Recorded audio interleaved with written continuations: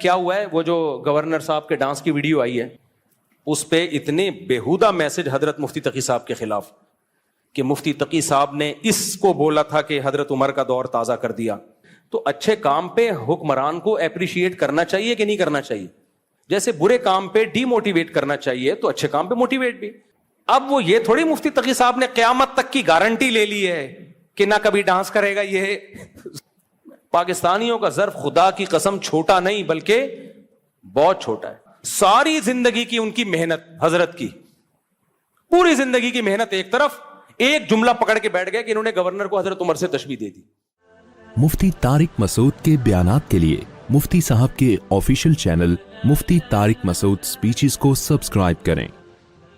ایک اور بات سے بات، کل ایک بات دیکھو، حضرت مفتی تقی صاحب بھی انسان ہیں. کیا ہوا ہے وہ جو گورنر صاحب کے ڈانس کی ویڈیو آئی ہے اس پہ اتنے بیہودہ میسج حضرت مفتی تقی صاحب کے خلاف کہ مفتی تقی صاحب نے اس کو بولا تھا کہ حضرت عمر کا دور تازہ کر دیا. مفتی تقی عثمانی صاحب گئے ہیں، انہوں نے گورنر کے کچھ اچھے کام دیکھے تو اچھے کام پہ حکمران کو اپریشیٹ کرنا چاہیے کہ نہیں کرنا چاہیے؟ جیسے برے کام پہ ڈی موٹیویٹ کرنا چاہیے تو اچھے کام پہ موٹیویٹ بھی. مفتی تقی صاحب بیچاروں نے جا کے ایک جملہ کہہ دیا کہ تم نے تو حضرت عمر کی سنت زندہ کر دی، راتوں کو جاگنا. مقصد تھا حوصلہ افزائی تاکہ یہ لوگ بھی علماء کے قریب آئیں.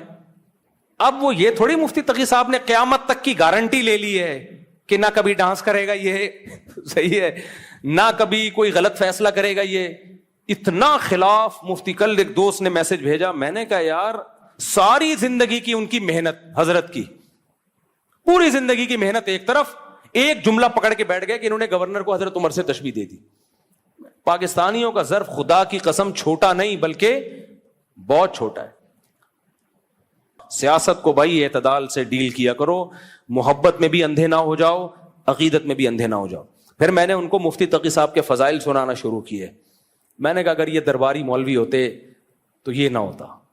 پھر میں نے بتایا کہ کیا کیا ان کے کارنامے ہیں تو وہ سن کے حیران ہو گیا. بولا یار، میں نے کہا یہ تو کسی کے ساتھ زندگی گزارو گے تو پتا چلے گا یہ بندہ کیا ہے. دو چار باتوں سے پتا نہیں چلتا ہے، دو چار باتیں تو کسی کی بھی کچھ ہو سکتی ہیں.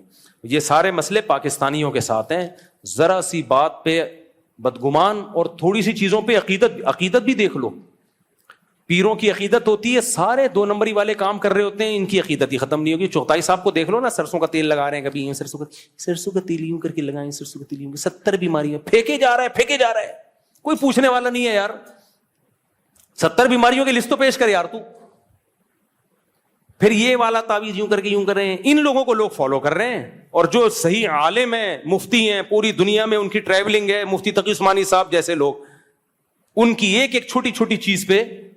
اچھا یہ بھی الزام لگا رہے ہیں مفتی تقی صاحب نے سود کو حلال کر دیا امریکہ کے کہنے پر. ابے امریکہ نے پابندی لگا دی ہے مفتی تقی صاحب پر، کیونکہ سود کا بیڑا غرق کر دیا انہوں نے.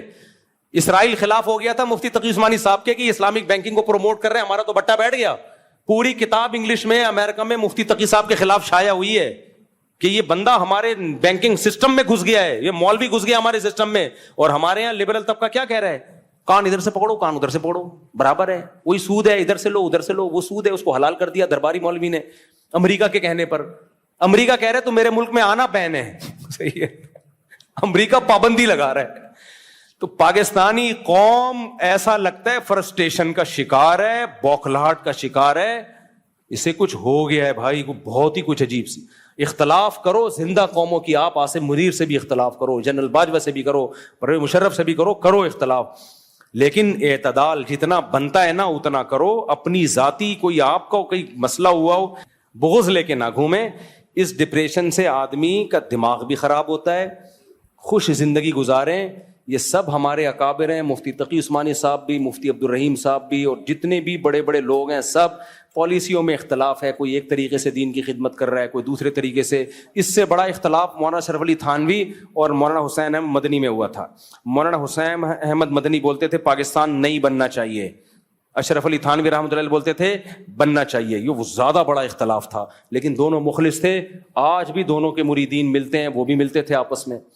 تو اتنا ڈیبیٹ کی حد تک رہے، ٹھیک ہے. آپ کو اگر مفتی عبدالرحیم صاحب کی وردی پہ اعتراض ہے، آپ بولو بھائی ہماری رائے میں یہ غلو کر دیا انہوں نے، ٹھیک ہے آپ کی رائے.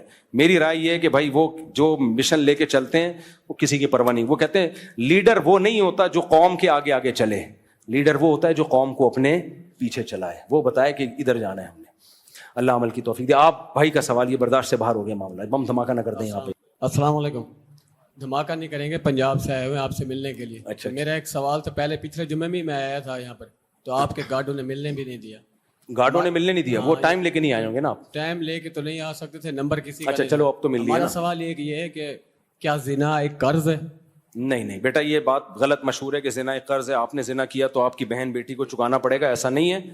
لا تزر وازرۃ وزر اخرى, کسی کے گناہ کی سزا دوسرے کو نہیں ملتی ہے, یہ بالکل غلط بات ہے. ہاں یہ ضرور ہے کہ جب آپ کے بہن بیٹیوں کو پتہ چلے گا کہ آپ نے زنا کیا ہے تو ان کے دل سے زنا کی نفرت نکل جائے گی, وہ کہیں گے جب یہ کر سکتے ہیں تو ہم کیوں نہیں کرتے. اس طرح کا وبال تو پڑتا ہے. بھائی سوال پوچھ. جی ایک سوال اور. جیسے مثال کے طور پر ایک بکری ہے میرے پاس, تو میں نے ایک منت مانی ہے کہ ایک بکری ہے میرے پاس, اللہ تعالیٰ نے اگر مجھے بیٹا دے دیا نا, ایک شادی ہو گئی کہ ایک بیٹا پیدا ہوا, تو اس بکرے کو میں ذبح کروں گا دربار کے اوپر. دربار کے اوپر؟ دربار کے اوپر. تو کسی دوست نے سمجھایا بھائی یہ ایک شرک ہے, جی یہ ایک غلط کام ہے, تو میں نے توبہ کر لی. ایک مثال دے رہا ہوں, ابھی اس بکرے کا کیا کروں, اس کو ذبح کر رہا ہوں اللہ کے نام پہ. وہ جو ناجائز حرام نظر ہے وہ منعقد ہی نہیں ہوتی. آپ نے بکرا ذبح کرنے کی منت مانی تھی کہ مزار پہ بکرا ذبح کروں گا, یہ منت کا لدم ہے. ویسے کوئی بکرا ذبح کرنے کی منت مان لینا, اللہ نے بیٹا دیا تو ایک بکرا ذبح کروں گا, تو بھی بکرا نہ ذبح کرے, بلکہ بکرے کی قیمت صدقہ کر دے, وہ بکرے کی جان چھوڑ دے. کل میں نے ایک ویڈیو دیکھی ہے, سیلاب میں ایک بکرا ذبح کر کے ڈال دیا پانی میں. کیا جہالت ہے, حرام کاری ہے. سیلاب آیا ہوا تھا تو انہوں نے کہا دریا کی بھینٹ چڑھاؤ نا ایک بکرے کو. زمانے جاہلیت میں ایسا ہوتا تھا جیسے دریا نیل میں کرتے تھے لوگ, تو یہ جاہلیت ہے بھائی. بکرے کو ذبح کیا, وہ بےچارا اس کو تڑپ بھی رہا ہے اور اس کو ایسے ہی تڑپتی حالت میں دریا میں ڈال دیا. تو یہ تو ظلم ہے جانور کے اوپر, تو یہ حرام ہے, ناجائز ہے. اس سے کوئی دریا وریا نہیں رکے گا, نہ دریا پہ اثر پڑے گا اس سے. السلام علیکم. وعلیکم السلام. میں جس سوال کے لیے آیا تھا اس کا جواب مجھے بیان میں مل چکا.